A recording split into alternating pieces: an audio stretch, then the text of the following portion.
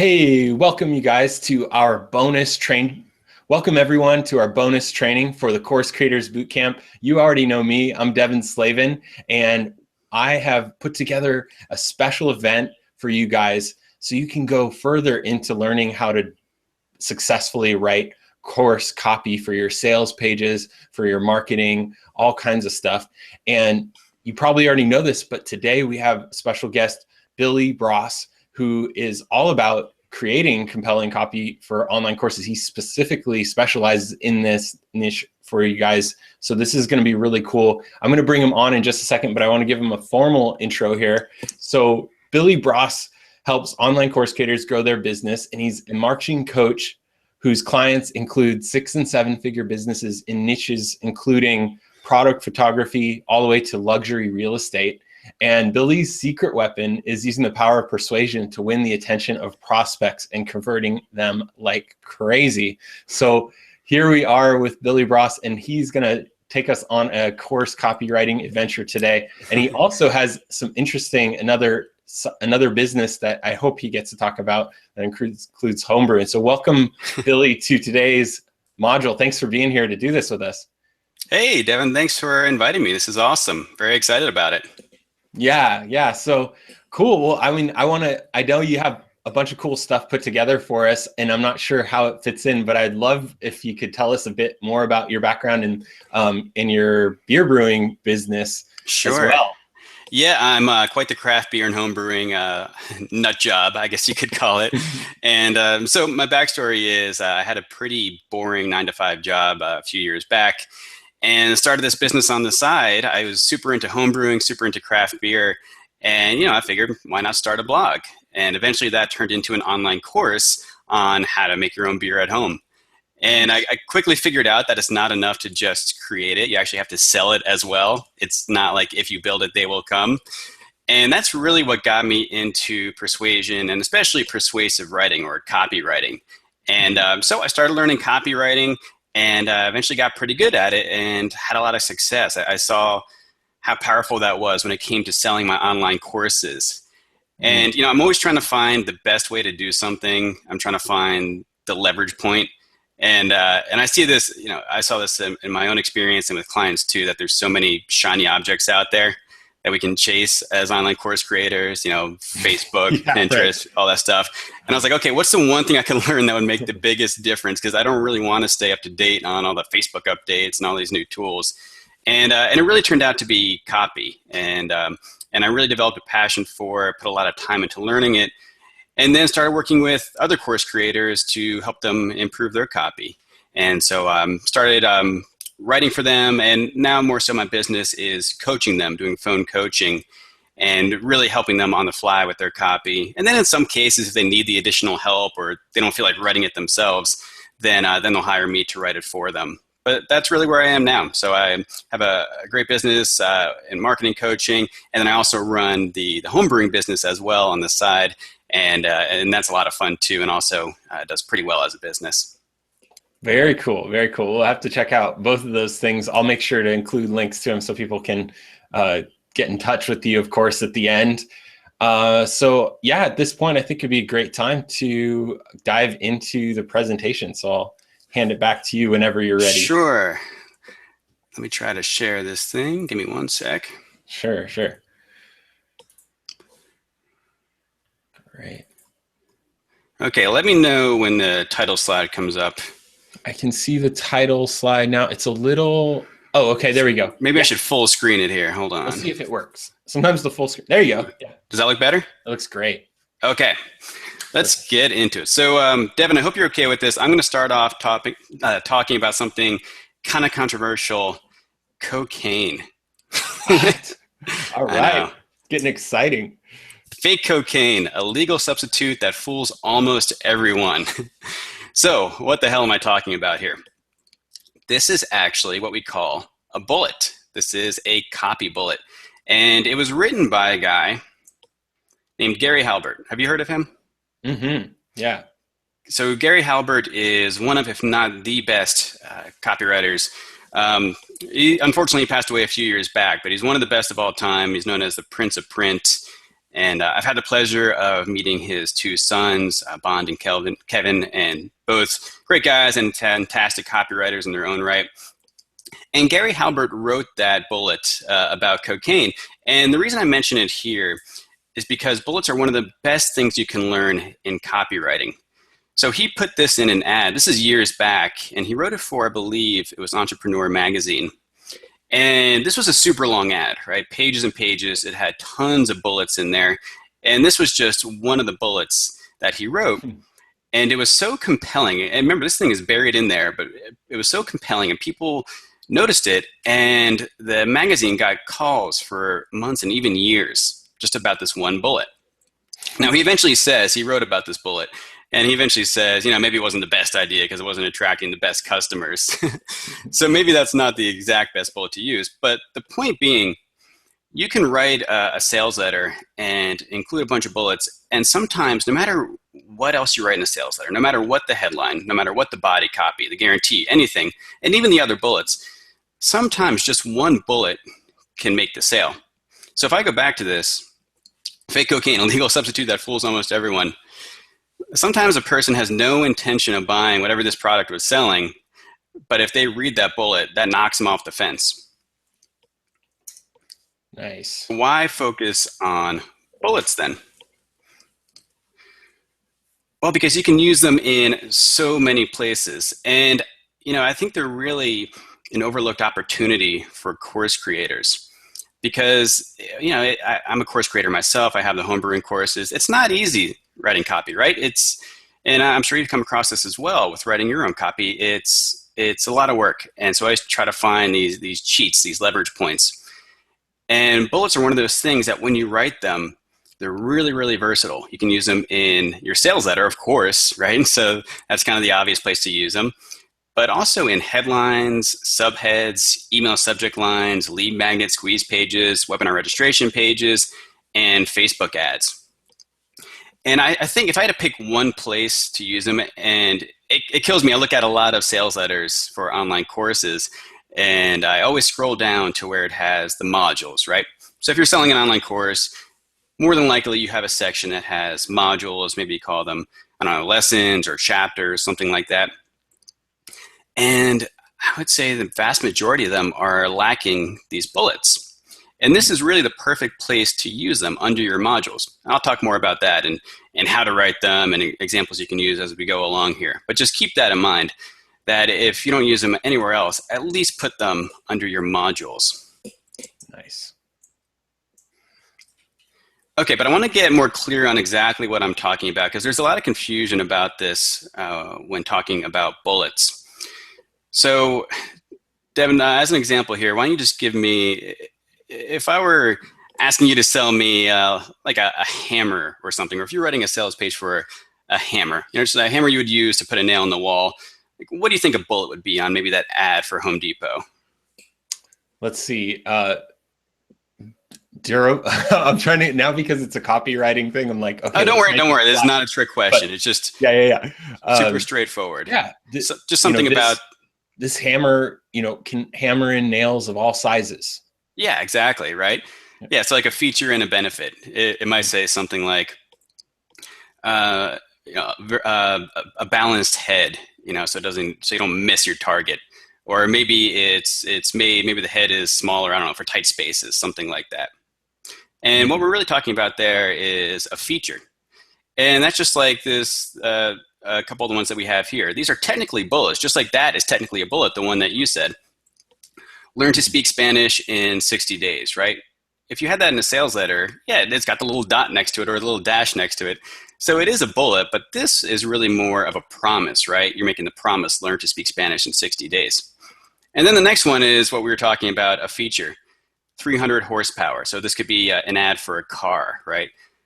300 horses for quick acceleration. So there we have a feature and then also a benefit, right? So the 300 horsepower engine, that's the feature. And what does it get you? That's the benefit.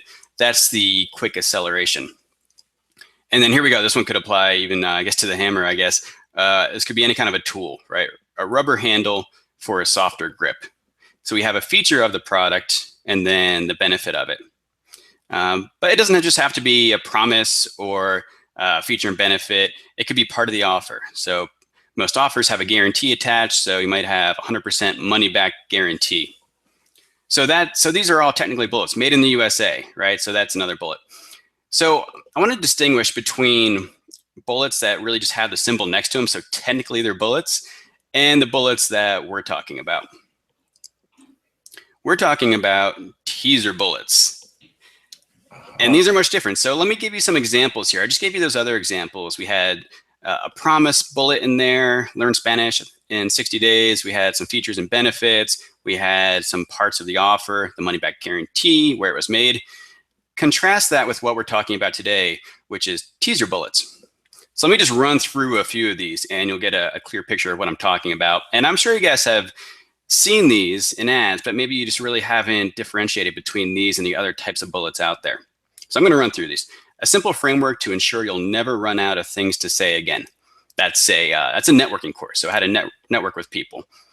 And a cool thing about that, if you notice the last word on there, again, just a little tip for you. Sometimes it's just one word that makes a difference between good copy and great copy.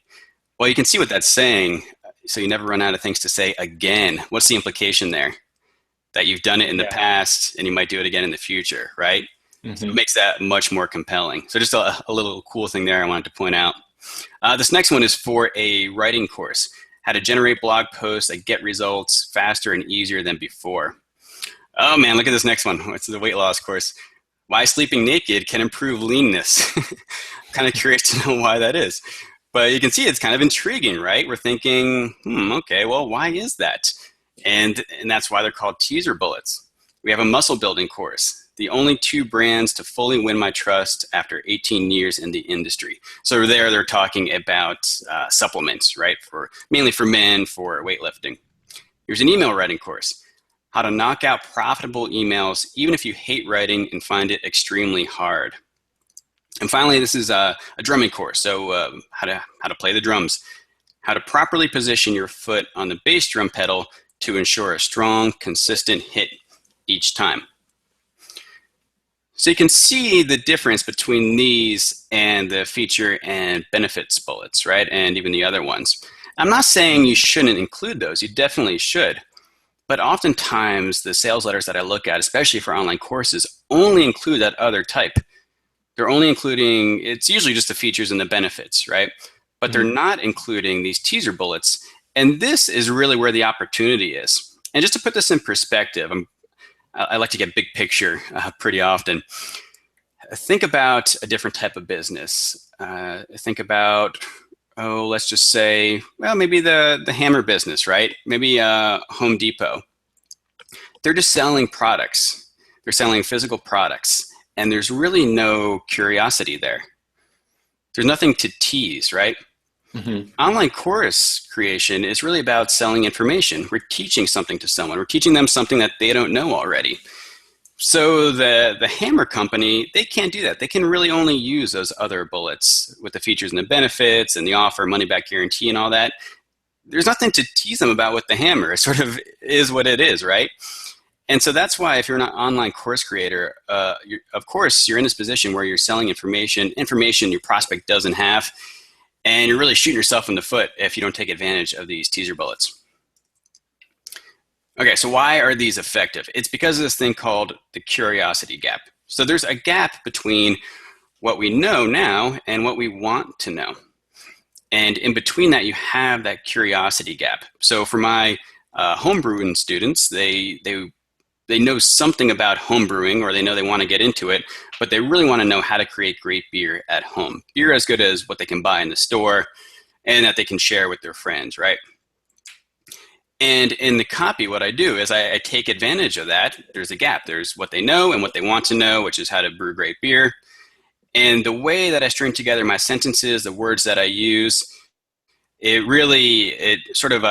teases them. It tickles that curiosity gap, to put it another way. And I just find that so fascinating about copy. Just the way that you write your sentences, the words that you use, can make the difference between a sale and no sale. Even if you're talking about the same exact fact, so whatever that And I call this an info nugget, right? So it's whatever it is that you're teaching them. So if we go back to this one, how to properly position your foot, right, for the bass drum, it's whatever that fact is, how to actually properly position your foot. That's the info nugget. You might have that, two people that have that same info nugget in their product, but the way that one of them writes it, they do it in such a way that it persuades their prospect more than the other person does, more than their competitor does. Now, I'm sure, do you recognize this, where this is from? There's kind of a giveaway there in the top. I don't know if I've seen this one though. Yeah. Yeah, I actually haven't even watched this actual video, but this is just an example I found that I like. So curiosity is one of the strongest drivers that there is. It's just as strong or even stronger than the desire for money and sex, security. And this is a prime example, this website Upworthy. Almost all their headlines are curiosity driven. I mean, read this. The things this 4-year-old is doing are cute. The reason he's doing them is heartbreaking. How can you resist clicking on that? Right, I definitely clicked on it. And they take advantage of this. And people always criticize them for using the same recycled headlines. Well, the reason why they do it is because it works. It's because curiosity really, really works. And that's what we're doing with these teaser bullets. Okay, want to get into how to write these things? Yeah, I'm sure. Okay. Get this down. Were there any questions that came in? Do you want to answer those as we go along here? Save them for the end. I actually have a question. And maybe if this is in your presentation, of course, just stop me. But I was kind of thinking, on the when you said the difference between, someone buying your course and not, it can be just the way that same information is phrased. So it's like the cool thing is the opportunity there is to take whatever we're doing and make it much more compelling. But the second thing I thought besides the opportunity was like the pressure then for everything that I do to be done well. I was just curious if you had any tips for dealing with that feeling of like overwhelm or pressure to have your copy be the best it can be. Yeah, well, there's diminishing returns with this stuff, right? So you don't have to get your copy perfect. And the truth is that most websites out there, most of your competitors they don't have good copy. They don't even have okay copy. They have really bad copy, right? So you don't have to demolish them. You just have to be a little bit better than them. Nice. Okay. And this is also a reason why I'm focusing on bullets. You could go deep into copywriting, right? I've read dozens of books. I hired the best copywriting coach in the world. I paid him a fortune for a year to teach me, and I'm still learning this stuff every single day. I'm learning more, right? So you can spend a lifetime learning copy. And I know that most people and your students, your members, are probably not going to become professional copywriters, right? They're selling their course and they just want to get good enough at it to make sales. And so that's why I think if you're going to pick one place to focus, your biggest leverage point in copywriting, it's writing these bullets. Cool. Not only because of this psychological phenomenon, of curiosity, but also because, like I showed in that early slide, you can use them in so many places. It doesn't have to just be under your modules. You can repurpose these for your headlines, subheads, emails, Facebook, wherever. So does that answer your question? Basically, copy is one of those things that not enough people make it a priority, and they'll work on other things like SEO. I wouldn't call that as important as this. Pop-up software, all the tools and everything. Mm-hmm. And copy is usually down on the priority list. I think it should be very high on the priority list because it makes a big difference. But at the same time, you don't have to be perfect either. Nice. Okay, cool. Yeah. Just go for it and, basically one up our competition. It's one way to look at it. Yeah. Yeah, there you go. Okay, so if there's one type of bullet, there's a bunch of different types of bullets. And if there's one that every course creator should know, it's the how-to bullet. And I'm sure you've seen this before. This is the most common one. And for a reason, it works really, really well. And if you look at the example down there, you might not have thought of that as a bullet, but it really is, isn't it? The book, Dale Carnegie's book, How to Win Friends and Influence People. That is a fantastic how-to bullet. And what he did was he didn't just make it a headline, he made it the title of a book. So that just really shows you how versatile these bullets are. And there's different ways to do a how-to bullet. So the most straightforward, if there's one bullet you could really practice and get good at, it's the straightforward how-to bullet. So how to win friends and influence people. There's other ways to say them. You could say the best way to, so for my market, it could be the best way to brew an IPA that tastes as good as what you can get in San Diego at the best San Diego breweries. I'm a SoCal guy, so that's relevant to me. A step-by-step method to, and you can use the same info nugget in different ways with these bullets. So if we're going back to the Carnegie example, it could be a step-by-step method to win friends and influence people, right? That would probably still perform pretty well for him. You could even use the quickest way to win friends and influence people. So you could really, you really just got to write these in all different variations and then pick the ones that are the best for you. So that's the first one, the how-to bullet. If you can only learn one, I recommend this is the one. Okay, the warning bullet. So the first one is going to apply to, well, yeah, it's got to apply to all course creators because we're all teaching them something, right? Essentially, what we're teaching is a how-to.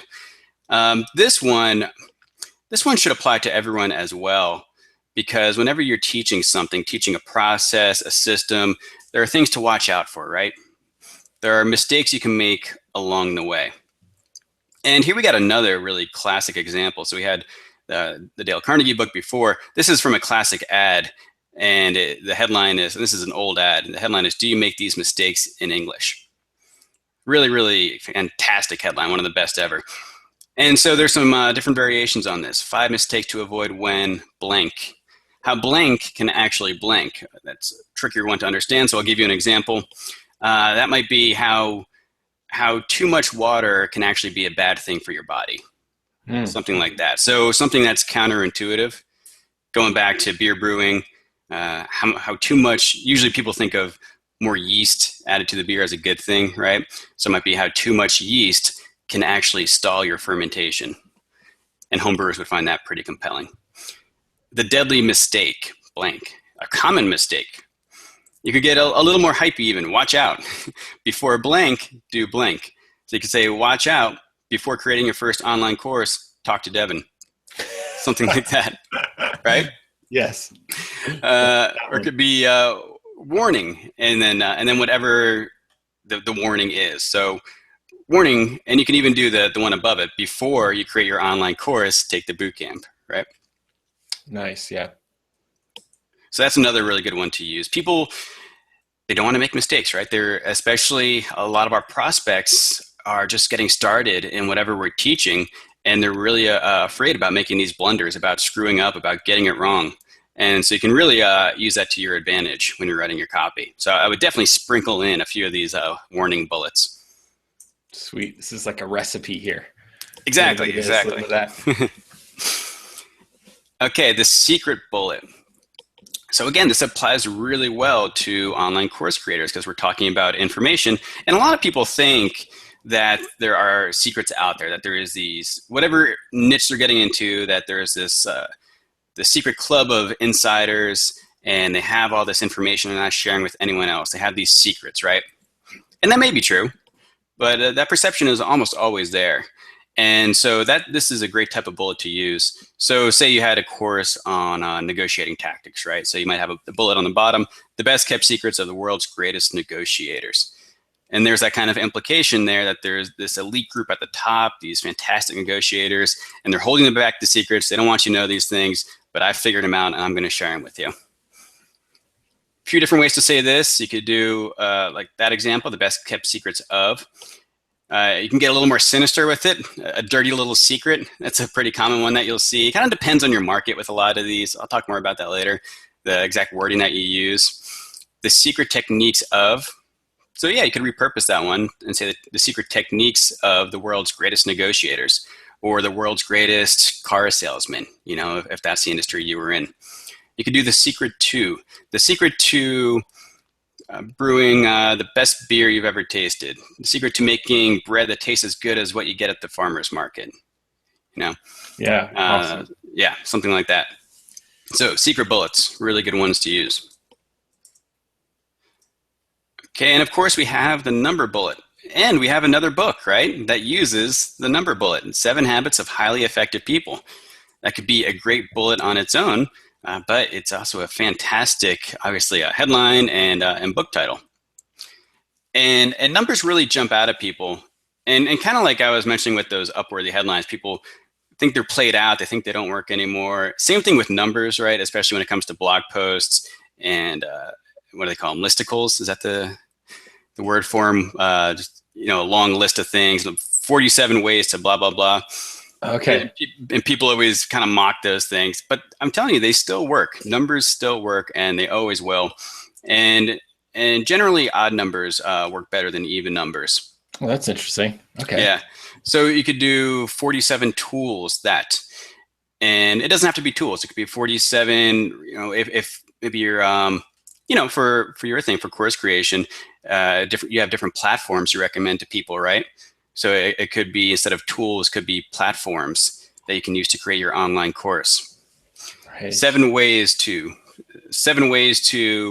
hit the golf ball further than ever before. 9 little known blank, that blank. Maybe 9 little known swing techniques, going back to the golf thing, that can improve your drive by 25%. 13 tips to 5 signs you. So take a note and keep a swipe file too. So make a list of these words like tools, ways, little known, tips, signs, secrets. Some other ones are techniques, strategies. You'll see a lot of those words used over and over again. And you can stick them in a lot of places in your bullets. And a perfect place for them is right after these numbers.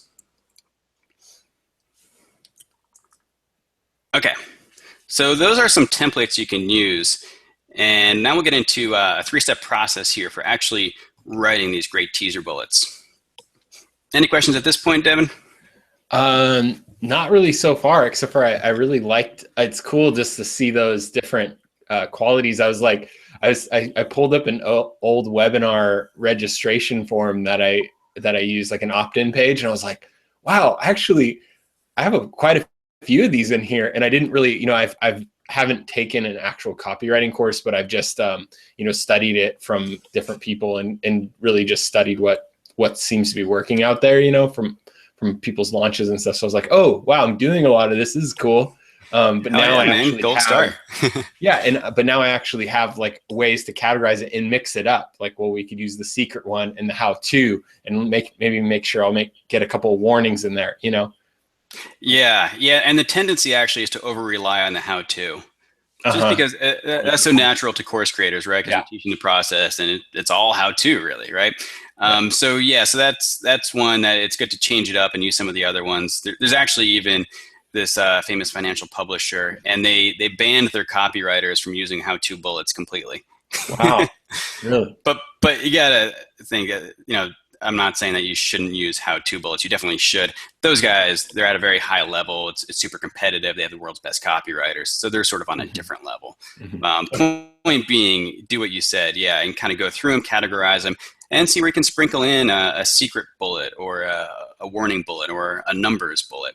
Yeah, so that's a great takeaway. Nice. Okay, so step 1, do customer research. This is not super sexy, not as sexy as talking about secret bullets and all that. But really, it all starts with the customer research, because it doesn't matter so much. It doesn't really matter what you write for that bullet if they don't care about it, right? And so that's what I spend a lot of my time on, especially with my clients, is really getting inside of the head of the customers and figuring out what they actually care about. And that's always step 1. So a few different places you can get this information. I would say the best is phone interviews with customers. I always talk to my homebrewing students on the phone, and I record it. I get it transcribed, or I listen back to it and just take really good notes. Because when you can use their exact language, the actual words that they say, and feed it back to them in your copy, there is nothing more powerful than that.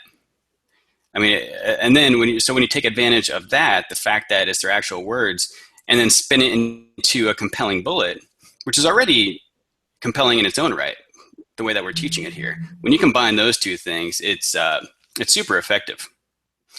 The other place to get it, if you can't do phone interviews with your customers, surveys, qualitative surveys, I always prefer those over quantitative. So open-ended questions, and then go through that information and pull out those pain points, those frustrations, things that are just top of mind for them that are really pissing them off, or things that they want. Look for things that they're moving towards, not just things they're moving away from. This is all going to be the raw material. This is going to be the fodder for the bullets that you write. Forums are a great place to find this information. If you don't have surveys, what I like to do is, they used to have this great search tool in Google where you could actually search forums. There's a drop down where you could say search forums. I think they took that away. I can't seem to find it. But I've noticed that if you type into Google, so say we're doing beer brewing, right? You could type how to brew an IPA in forums and put that into the search box. And it tends to give you forum results as your first results. And that works really well. So a little tip there for customer research. And also Amazon reviews, and these are overlooked a lot. But take a look at Amazon reviews and try to copy down and make note of the words that people use, the phrases they use, and especially the ones that you see repeated over and over again. Because there's going to be a lot of outliers. People have really specific problems, things they're going through. But if you're, say, doing something with, like diabetes, right? And you look through a bunch of books about diabetes, and you see the same thing, the same phrase popping up over and over again, man, that's just gold for you to turn into a bullet or multiple bullets. So first step is always customer research, figure out what they're moving away from and what they're moving toward, and also use the language that they use, the exact same language. Sorry to interrupt. I wanted to jump in before you go to the next slide, but I was about to, yeah, so go ahead. Cool. Perfect.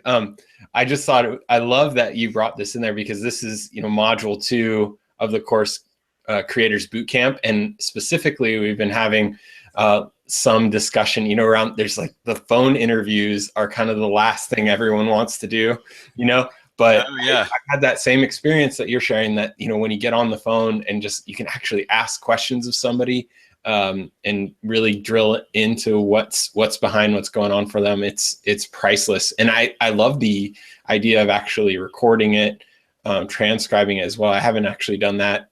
Maybe, I don't know if that requires permission or not, or if you're just, using it for personal reasons, that's anonymous maybe. But yeah, I think that's cool. I'm really glad you brought that in there, because maybe it'll give everyone a little more motivation to finish those phone interviews. Yeah, that's, and I've actually done, I'm really big on phone interviews, and I once did an hour-long training just on phone interviews and mining that for really good data to use in copy. I don't know, how are we on time? I could give a really practical example for my beer business of how I use phone interviews to create a product. Yeah, I mean, you're welcome to do it now or save it for the end, whatever. I'll be quick. Yeah, so I really recommend you do the phone interviews, because you'll do surveys and you'll get back really crappy answers, right? Just like 1 or 2 words, maybe 3 words, and it just doesn't tell you a whole lot. And you're like, okay, well, that's all right, but I need something more than this. And it doesn't mean that they don't necessarily care about it or that they don't have a problem in that area. It's just that they're filling a survey out online and they're in a rush and they don't think it's that big a deal. They're not in your shoes, right? They don't realize how valuable that information is. So I would say that 1 phone interview is worth 50 survey responses on a certain subject. And what you really are doing with the phone interviews is you're getting below the surface level stuff. And so I'll give you that example I was talking about. So I created this course on how to make recipes, how to come up with your own home brewing recipes for your beer. And when I first started it, I thought that the main benefit they wanted was to create awesome home brewing recipes, good tasting ones. And Devin, isn't that what you would suspect too? If you were a consultant coming in, or maybe a copywriter and I hired you, wouldn't you suspect that what they really want is to create good tasting homebrew recipes? Yeah, totally. Yeah, like I want to make my own recipe for that, so I can have my own unique taste. Yeah. Yeah. And that's what I thought too. And, that's not bad. If we're thinking about a dartboard and we're trying to hit on the message that's going to resonate the most, that's pretty close to the bullseye, but it's not the bullseye. And what I found, and I only found this through doing these interviews, was that what they really want? Yeah, of course they want to brew beer that tastes good, right? They want to create good tasting recipes. But what they really want is to create recipes they can call their own. Oh, interesting. And there's a very subtle difference there. It's Mm-hmm. not quite that they want to create good tasting recipes. There's a ton of recipes out there. That's not the problem. They want to create ones that they can call their own, that they can brand their own, put their stamp on it, and be proud of it. And when someone asks them, hey, where'd you get this recipe from? Instead of them saying, oh, I got it from this website, or oh, I got it from this book, they say, I came up with it. I invented it. Nice. And that really hits it in the middle of that dartboard, right? Mm-hmm. And that means that everything that I do from then on builds upon that foundation. I know it's going to work because I got that piece right. And so all the Facebook ads that I write, all the emails that I do, all the webinars that I do, it's all flowing out of that core message, that core desire.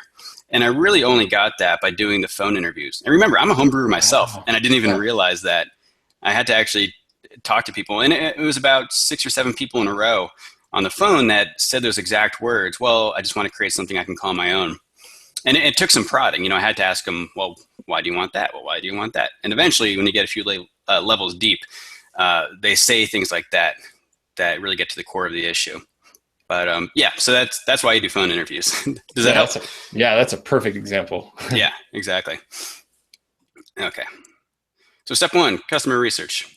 All right, so let me go through a quick example here. So this is for a client of mine, and I wrote some copy for him, and his website is No Meat Athlete. You might have heard of him. It's for vegan and vegetarian endurance athletes, and the sales letter was for a marathon training course, right? So this is just one of many pieces of research that we found. So this is some random forum post. And you can see this person, they're saying, is there such a thing as proper running form? What would be the correct running form? How much time to develop the right form, blah, blah, blah. So they're asking about running form, right? Mm-hmm. And we found a bunch of people that have the same question. It's a big thing. It's a pain point for them. What's the correct form? How do I keep the correct form? Okay, so then step 2 is to write the bare bones bullet. So don't make it too hard on yourself. And I know it's tough when you're reading some of these really excellent bullets that I'm showing you that come from classic sales letters, some of the best sales letters out there. It's tempting, or it can be frustrating when you're trying to write a bullet as good as that on your first try. Those copywriters did not write those bullets on the first try. They wrote hundreds of bullets before they got to that. So take it in baby steps. So instead of going for the perfect one right off the bat, just write the bare bones one. So focus on your first attempt more on what you want to say, not how you say it.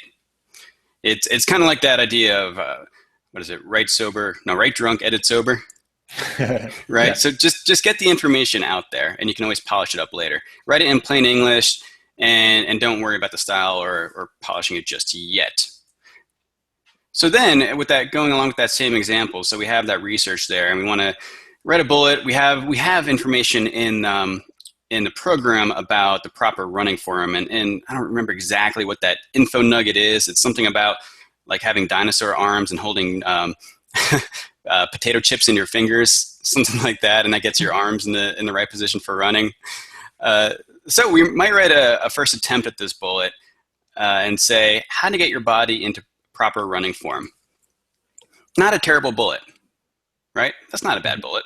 Right. Better than a lot of the ones out there, but it could be better. But at least we got down what we want to say. This is the main idea. We want to show them how to get their body into the right running form. But then we pump it up. And there's a lot of ways to do this. You could add emotion to it. So you could use much more emotional words. You could add more curiosity to make it more mysterious.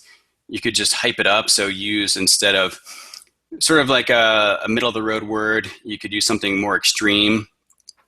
And you can answer objections. And by that, I mean, you'll see a lot of these.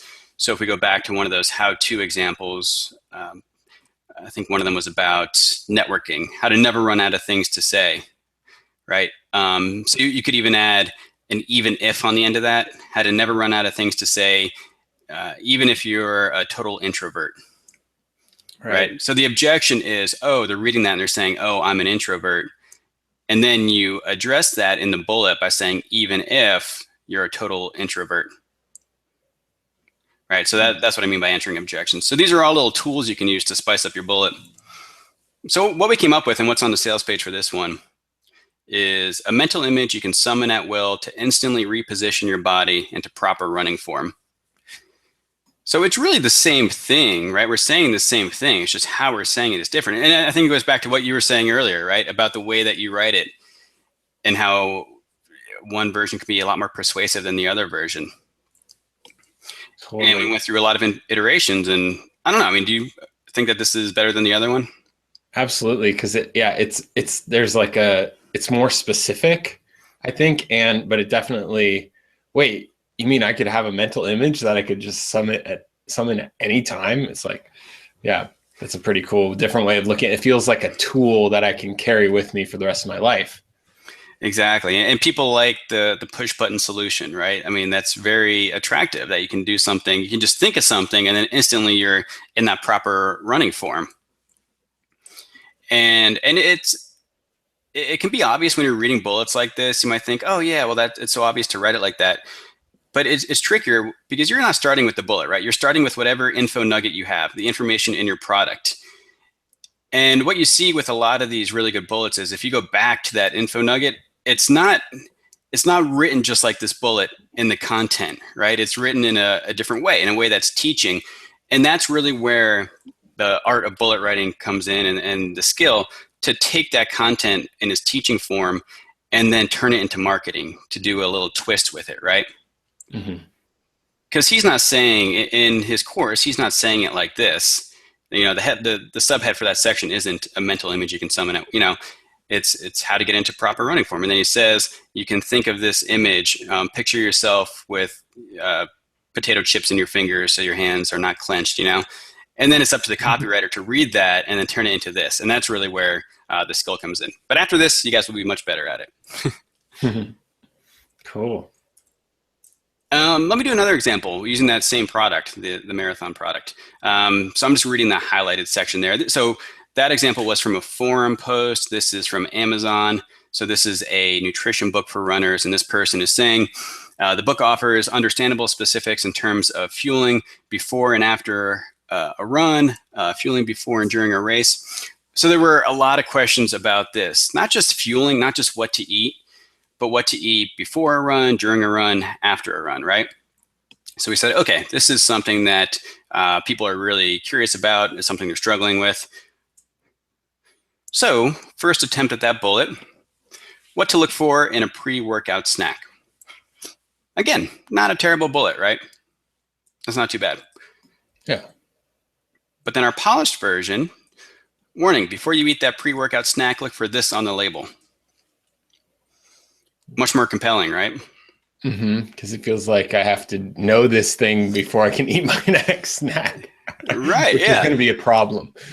Exactly. I think it will be a problem because I'm pretty sure the thing is, I think it's fiber you don't want to eat because you might have some issues on a long run. You know, if you're running a marathon, you got to run to the bathroom.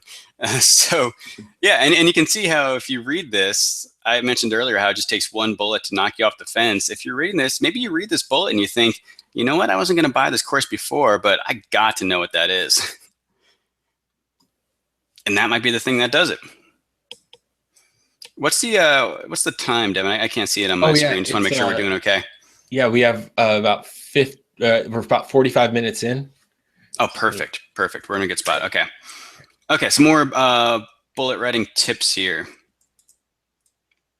Okay, so you might read some bullets, read some sales letters, and you see them all marked up with the yellow highlighter, and they're just they have like no pictures, just all text, and kind of really hypey. Have you seen those, Devin? It's really kind of sleazy, scammy looking. and you read some bullets that are sort of the same way, right? Just completely over the top. Now, it's really up to you to determine where you fall on what I call the hype meter. So it really depends on your comfort level, your students, and really your market. There are certain markets where you really have to crank up the volume, crank up the hype.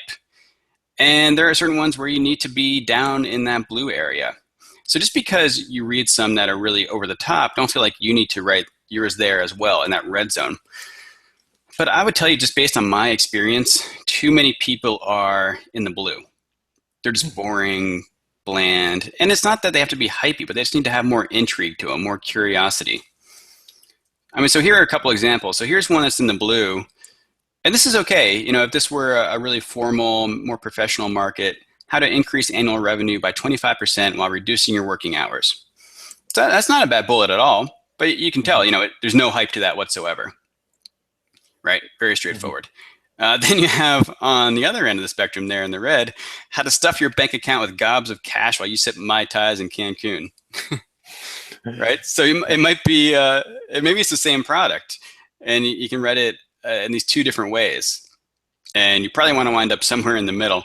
But yeah, point being, you really have to determine based on yourself, your personality, your market, industry that you're in, where you're going to fall along these lines. Okay, see your bullet on TV. What I mean by that is you want to almost think of your bullet as a television show or a movie. You want to see it playing out in front of you. And going back to that one that we talked about, Devin, the no meat athlete one, that was a great example, right? Didn't you say that was just more vivid? Mm-hmm. Yeah. And so there's an example here. And this is from the after one is from a really famous sales letter, really popular dating product. So it's a relationship product for men to develop relationships and pick up women. So that's the actual bullet. But his before one, if he didn't write it in this really great way, it could have been an eye contact secret that is guaranteed to get a woman's attention. It's not too bad, but compare it to the actual bullet.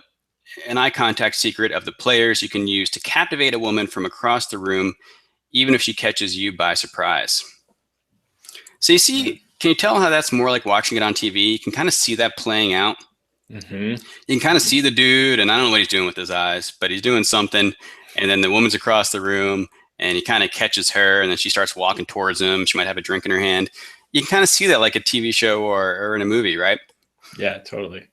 The other one is not bad, but it's much more cerebral, right? It's more conceptual.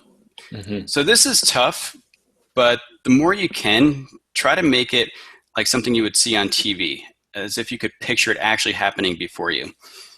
And ways to do that, use the vivid language. So like in that other example, the mental image to instantly reposition your body. Be specific. So instead of saying the word flower, say the word roses if you can. Instead of saying the word dinner or entree, say spaghetti and meatballs. So the more specific language you can use, the more real it seems and the more persuasive it is for people. You want your words to be kind of like little pictures, little movies that they're reading. And then make it experiential. And I already kind of talked about that. So make it seem like something that's playing out in front of you.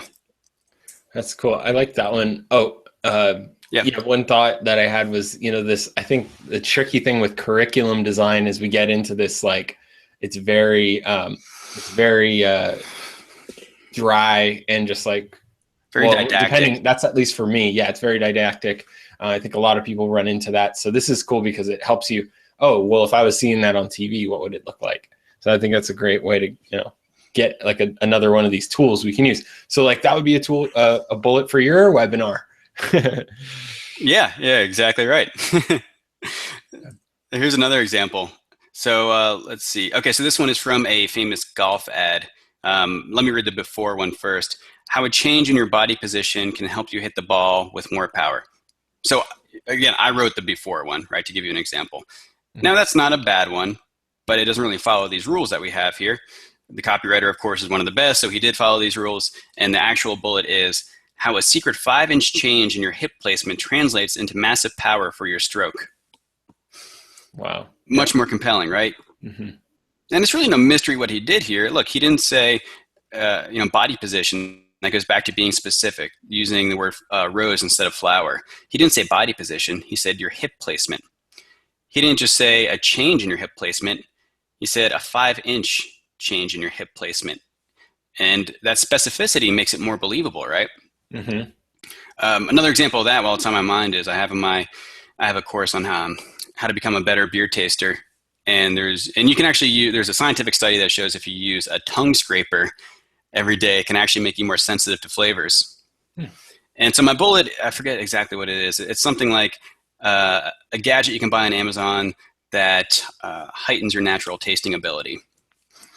And I think that was my first version. The second version was a $6 gadget you can buy on Amazon that heightens your natural tasting ability.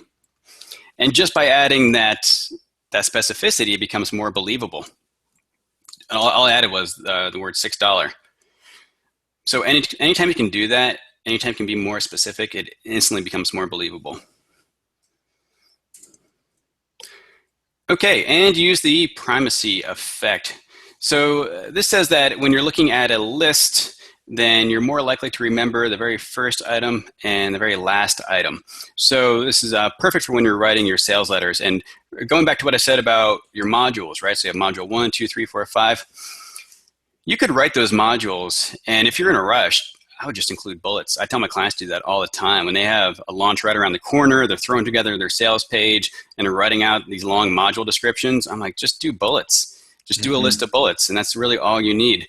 And I tell them, put your best bullet first, and your other best bullet, I guess your second best one, last. And then they should all be damn good bullets. So that's why I have those in the middle there. But you're more the prospect is more likely to remember the first one and the last one due to this psychological phenomenon called the primacy effect. And so that's why you want to put your best bullets there at the very start and at the finish. Awesome. I like that one. Okay, final section here. I'm going to go kind of quick through this. So the best way to get better at this is to read great sales copy, read great bullets, and to practice writing these on your own, and even handwriting existing bullets that are out there. So this is something that Gary Halbert, who I mentioned in the beginning, he said the way to get better at copywriting is to hand copy great sales letters. And you can do that, of course, with bullets. So this is what I recommend if you want to improve yours. Go to ClickBank. Make a profile, make an account there. I don't really use ClickBank, but I did make an account just for this. And you're going to click on the marketplace link at the top there. What we're doing is we're finding high converting sales letters. So you click on marketplace, and then under categories, you can choose anything you want. I recommend choosing something in the same niche as you because it'll just be more relevant. So in this example, I'm going to choose animal care and pets just because. Okay, and then it's going to sort them by popularity. And you can actually sort them by, there's another metric too, I think they call it gravity. And actually, I think that'll give you the better performing ones. But this is they're probably related. So you can sort them by either one. So then pick one of the top ones. That means that it's a higher performing sales letter. So we have a cat, my fiance and I, not a dog. So I'm going with the cat sales letter. Cat spraying no more. I click on that one. I know that it's a pretty good sales letter, and bingo, I scroll down. This is about halfway down that sales letter. Here are just a few things you'll discover in Cat Spraying No More. Time-tested and proven ways to ensure your cat uses the litter box. You can see the how-to bullets in here, right? You can see the number bullet in here, 3 real-life examples, the number 1 rule, what to look for, right? So these are pretty good bullets. And then what you can do is you can handwrite these, hand copy these, and if you do it enough, you will naturally get better at writing bullets. You can also read it too. That'll help. But I really recommend hand copying. Okay. So that is it. If you do want to get better at this, I'm sure you guys want to write your own bullets for your courses. I put together a swipe file. I have a huge swipe file that I keep in Evernote of sales letters and advertisements, all sorts of things. It's massive. And I've got 3 of them specifically that are really great for studying if you want to write your own bullets. And some of them I actually pulled for the examples I used in this presentation. So I turned it into a little 3 email mini course for you guys where I send you the files, the sales letters, and just talk a little bit about them, what to look for. And you can get that on my website at billybroas.com/OCCB, and just enter your email and I'll send you those. And that is it. Very cool, man. Oh, thank you so much, Billy, for putting this together. This is really cool. So you guys go grab that template. And Billy, if people, they're getting a lot out of writing their own bullets, but they need, help getting, once we get down the road and we need someone else to help us through the process, how would they go about working with you, hiring you as a coach, that kind of thing? Yeah, so I have a free newsletter where I send tips on persuasion and copy, especially for course creators. The next step after that, if you want to go further, I do have a coaching program, and if you go to billybroas.com, you'll see a link for that. I only write copy. I don't do as much as I used to do, and these days I only write it for existing coaching clients because it works best when I have a say in the strategy for the client and the bigger picture. Mm-hmm. And what a lot of copywriters don't want you to know is that you're actually the best person oftentimes to write your own copy. Because all Interesting. else equal, the best person to write the copy is the one who knows the prospect better versus the guy who's just a hotshot copywriter and doesn't know about the market. And yeah, all copywriters should learn the market. Truth is, a lot of them don't. And they'll just follow a template and rely on their writing skills. But what I've seen so many times happen is that the sales letter that performs better is the one written by the expert who's not necessarily the best copywriter. They just know the prospect inside and out. Cool. Okay, cool. So you work with people, doing more on the coaching side and then selectively writing. Okay, that's right. awesome. Yeah. So what I do with them then is they write the copy, and then on the coaching calls I go through with a paintbrush and fix them up, improve them, tweak them. Awesome. Well, thank you so much, Billy. This has been incredible. We got in the chat where I'm seeing that, great information to support our module on this topic. So we know that we are getting some good feedback already from those of us joining live.